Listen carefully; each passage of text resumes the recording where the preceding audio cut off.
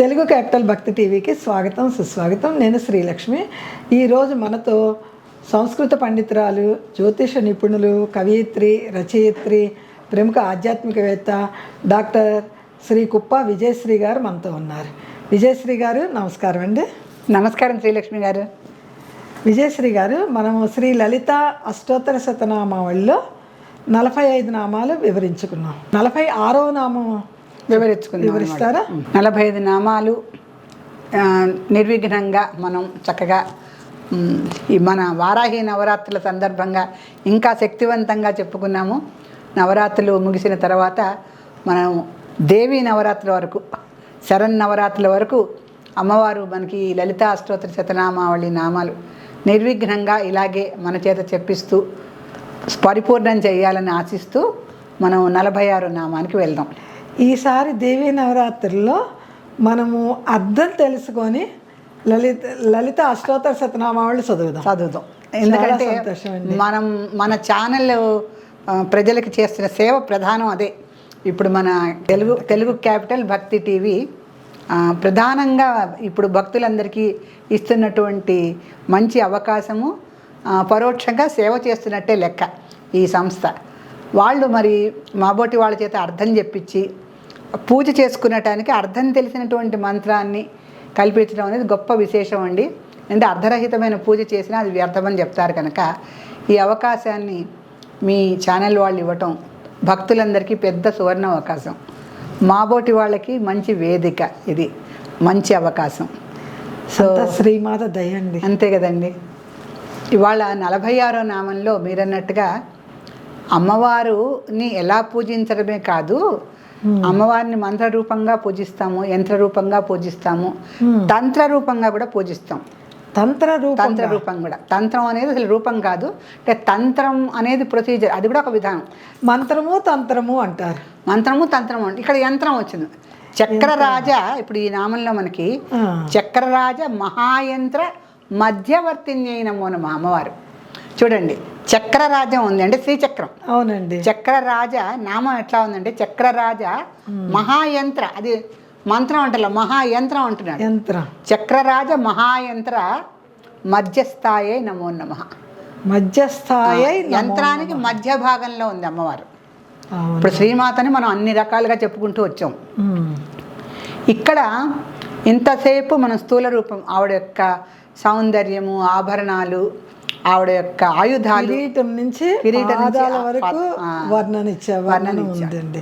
తర్వాత ఆవిడ ఆయుధాల గురించి చెప్పుకున్నాము, ఆయుధాల గురించి, ఆవిడ ధరించే పుష్పమాలల గురించి చెప్పుకున్నాము, ముఖ్యంగా పారిజాత పూల గురించి చెప్పుకున్నాము, ఆవిడ పాదాల కోమలత అంతాను. ఇప్పుడు అమ్మవారు ఒక యంత్రంలో మధ్య భాగంలో ఉందని చెప్తారు. ఆ యంత్రం పేరు శ్రీచక్రరాజ యంత్రం. అందుకనే నామం ఎట్లా వచ్చింది? చక్రరాజ మహాయంత్ర, అది మహాయంత్రం, అది మంత్రం కాదు, తంత్రం కాదు, మహాయంత్రం. అంటే యంత్రం ఎప్పుడు కూడా ఒక ఆకారాన్ని పోలి ఉంటుంది. అంటే అది ఏ రకంగా చక్ర అంటే శ్రీచక్రాన్ని కొంతమంది కాగితాల మీద రాసిస్తారు, కొంతమంది రాగి రేకుల మీద రాసిస్తారు, ఇంకా వెండి రేకు, బంగారు రేకు కూడా ఉంది. శ్రీచక్రం బంగారం మీద మా ఇంట్లోనే మా అమ్మగారు చెక్కిచ్చారండి. బంగారపు శ్రీచక్రం మా ఇంట్లో ఉండేది. ఆవిడన్నంతకాలం, ఆవిడ హయాంలో ఆవిడ దాన్ని పూజ చేసుకొని తర్వాత అలాగే పూజ చేసే వాళ్ళకి దానం చేసి మరీ వెళ్ళిపోయారు ఆవిడ. ఎందుకంటే శ్రీచక్రాన్ని పూజ చేయకుండా, నైవేద్యం పెట్టకుండా ఉండకూడదు. శాస్త్ర ప్రకారం ఏంటంటే మనం ఊరు వెళ్ళాం అనుకోండి, ఆ 10 రోజులు శ్రీచక్రాన్ని మనతో పాటు తీసుకెళ్ళి ఎక్కడైనా సరే పూజ చేసి నైవేద్యం ఇవ్వాల్సిందే. అది జరగకుండా ఉండకూడదు. యంత్రం కదా అది, దానికి నిత్య నైవేద్యాలు, ధూపదీపాదులు ఉండాలి. సో ఎవరైనా కూడా యంత్రం అనేది ఇంట్లో పెట్టుకుంటే దానికి నిత్యంగా ధూపదీప నైవేద్యాలు తప్పనిసరిగా ఉండాలి. అది యంత్రం యొక్క శక్తి.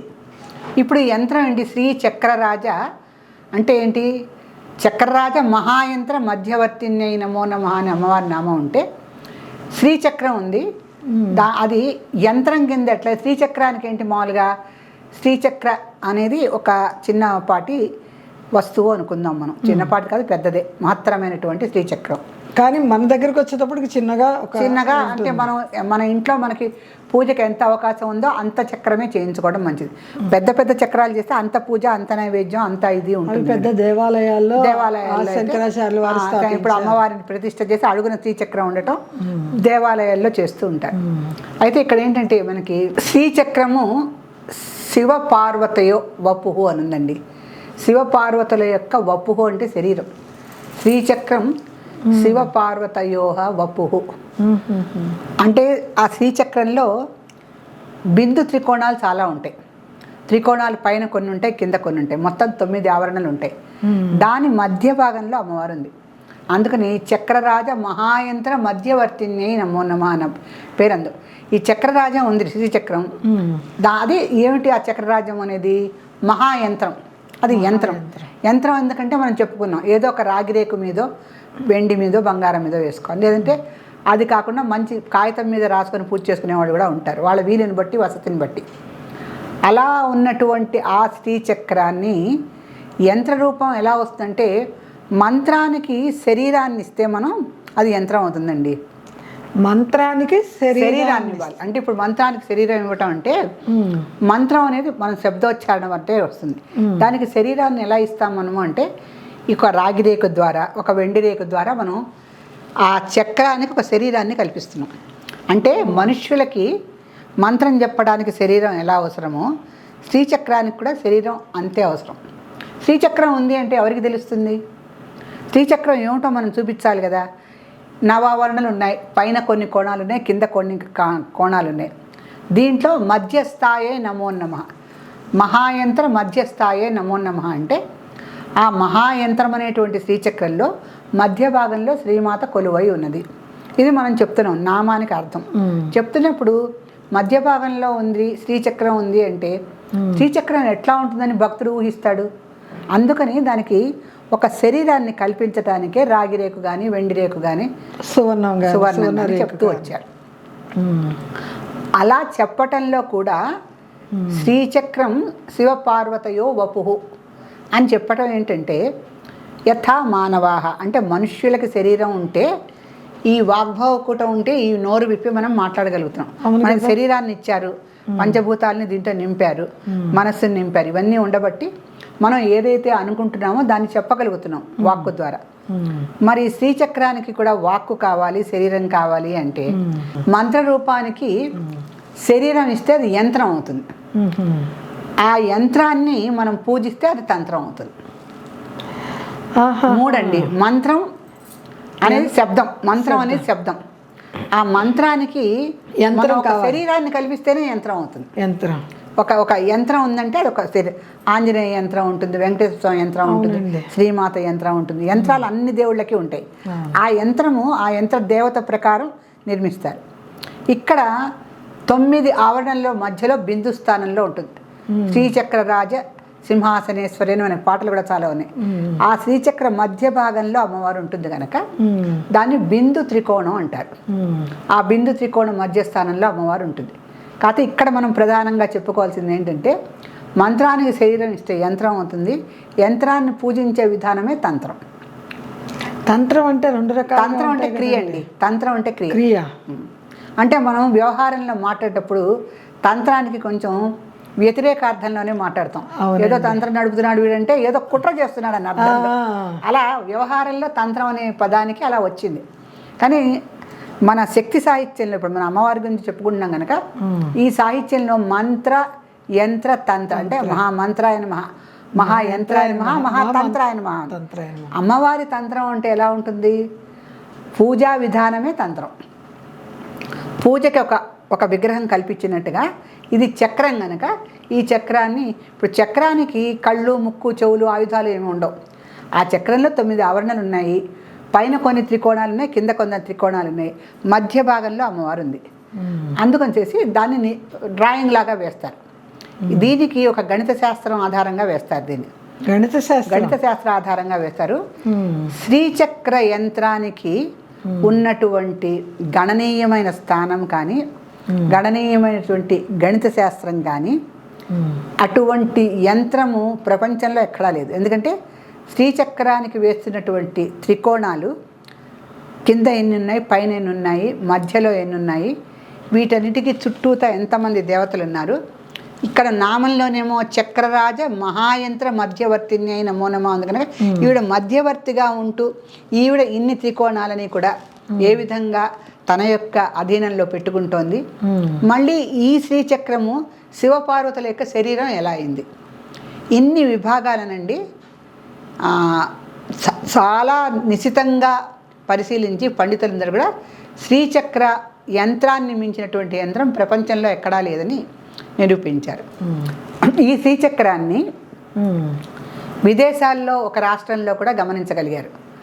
ఆ శ్రీచక్రం దగ్గరికి వెళ్ళి అక్కడంతా శుభ్రం చేసి చూస్తూ అది కొన్ని కిలోమీటర్ల దూరంలో నిర్మించబడింది. ఇంత పెద్ద శ్రీచక్రాన్ని ఇక్కడ ఎవరు నిర్మించారు అని పరిశోధకులందరూ చూస్తే ఎన్నో వేల సంవత్సరాల క్రితం ఋషులు వచ్చి అక్కడ నిర్మించినట్టుగా తెలుస్తుంది. ప్రపంచం అంతా ఆమెదే కదా. ప్రపంచం అంతా మనకి దేశాలు వేరు, మనం వెళ్ళాలంటే వీసాలు పాస్పోర్ట్లు అన్నీ కావాలి. ఆమె ప్రపంచమే ఇది. ప్రపంచం ఆవిడకి ఏ వీసాలు పాస్పోర్ట్లు అక్కర్లేదు కదా. విదేశాల్లో కూడా ఆమె యొక్క యంత్రం ఆ యంత్ర రహస్యాన్ని అక్కడ నిక్షిప్తం చేసింది ఆవిడ. అది కనుక్కొని దాన్ని మొత్తం అంతా కూడా శుభ్రం చేసి చూస్తే అటువంటి యంత్ర నిర్మాణం ఇంతవరకు ఎవరూ చేయలేదు. ప్రపంచంలో అతిపెద్ద యంత్రం ఇక్కడే ఉందని చెప్పేసి వాళ్ళు అందరూ అంటే సైంటిస్టులు అందరూ కూడా దాన్ని నిరూపించారు నిజమేను. సో అటువంటి శ్రీచక్రాన్ని మనం ఈ నామంలో ఎలా చెప్పుకుంటామంటే ఇప్పుడు ప్రతి చోట మనము అమ్మవారిని స్థూల రూపంలో చెప్పుకుంటూ వచ్చాము, ఇక్కడ యంత్ర రూపంలో చెప్తున్నాం. ఆ యంత్రంలో ఎక్కడ ఉంటుందంటే మధ్యస్థాయే నమో నమః. అందుకని నామానికి పూర్తిగా మనం చెప్పుకుంటే చక్రరాజ మహాయంత్ర మధ్యస్థాయే నమో నమః. సో ఈ విధంగా ఆవిడ మధ్యలో ఉన్నటువంటి బిందు త్రికోణ స్థానంలో మనం అమ్మవారిని పూజించాలి. అమ్మవారికి సహస్రంలో మనం పూజ చేపు శ్రీచక్రరాజ నిలయ శ్రీమత్ త్రిపుర సుందరి ఈ నామం వస్తుంది. శ్రీచక్రరాజ నిలయ అంటే ఆవిడ శ్రీచక్రంలో అంటే అక్కడే అంటే ఆవిడ అదే స్థానం ఆవిడ నెలకొని ఉంది అక్కడ. అందుకని శ్రీచక్రరాజ నిలయ శ్రీమత్ త్రిపుర సుందరి ఆవిడ నిలయం అదే. అక్కడ శ్రీమత్ త్రిపుర సుందరి నిలయం ఏదంటే శ్రీచక్రమే. ఈ నామం కూడా మనకి సహస్రంలో వస్తుంది. సో ఆ విధంగా నామానికి మనం యంత్ర రూపం ఏంటో చెప్పుకున్నాం, దానికి తంత్రం ఎలా చేయాలో కూడా పూజా విధానం చెప్పుకున్నాము. దాంట్లో అమ్మవారు మధ్యస్థానంలో ఉంటుందని చెప్పుకున్నాము. శ్రీమాత్రే నమః. శ్రీమాత్రే నమః.